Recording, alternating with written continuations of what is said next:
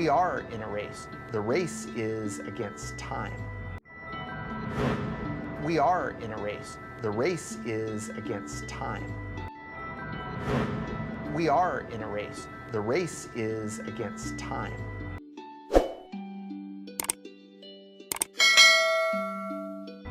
We have to build cities. We need them, but we have to make them in a different way. We have to build cities. We need them, but we have to make them in a different way.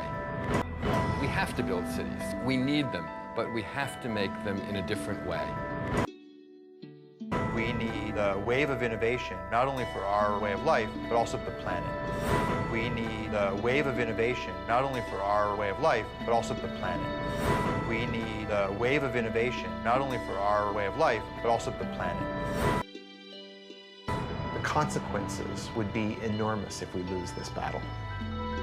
The consequences would be enormous if we lose this battle. The consequences would be enormous if we lose this battle.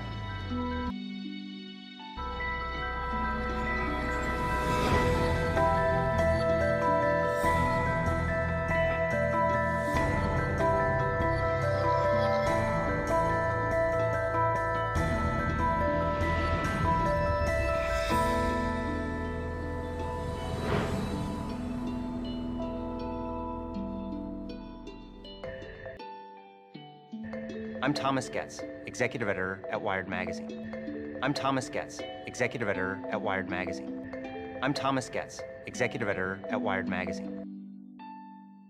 At Wired, we look at the innovators and innovations that are changing our world. At Wired, we look at the innovators and innovations that are changing our world. At Wired, we look at the innovators and innovations that are changing our world. In the next hour, we'll see 3 stories from acclaimed filmmakers about the future of energy. In the next hour, we'll see 3 stories from acclaimed filmmakers about the future of energy. In the next hour, we'll see 3 stories from acclaimed filmmakers about the future of energy. We'll explore cutting-edge innovations in how we drive, how we live. We'll explore cutting-edge innovations in how we drive, how we live.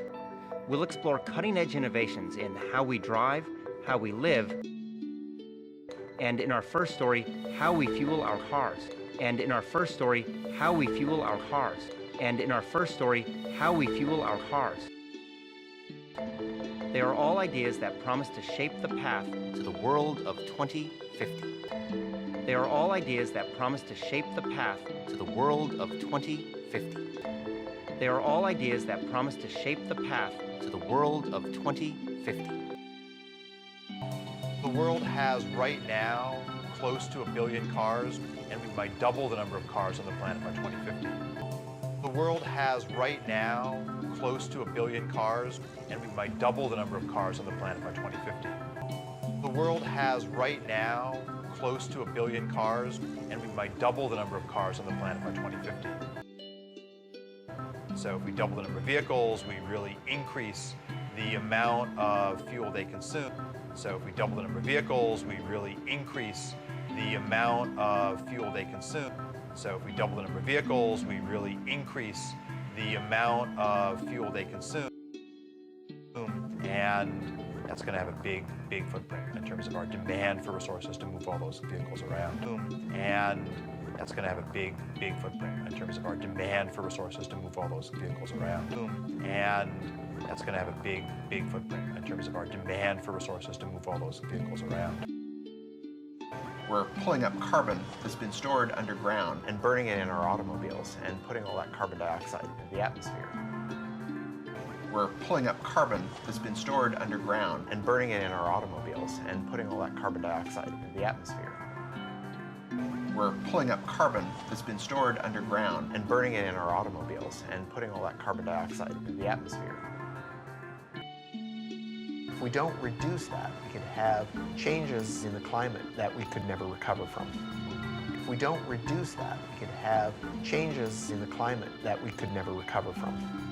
If we don't reduce that, we could have changes in the climate that we could never recover from.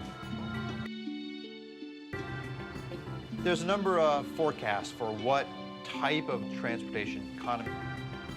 There's a number of forecasts for what type of transportation economy.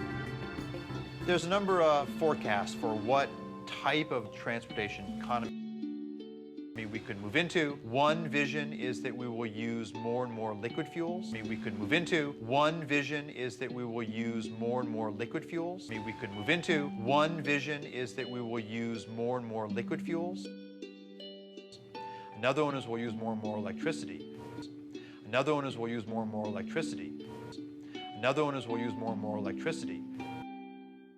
And right now, more of the industrial activity is focused around liquid biofuels. And right now, more of the industrial activity is focused around liquid biofuels. And right now, more of the industrial activity is focused around liquid biofuels.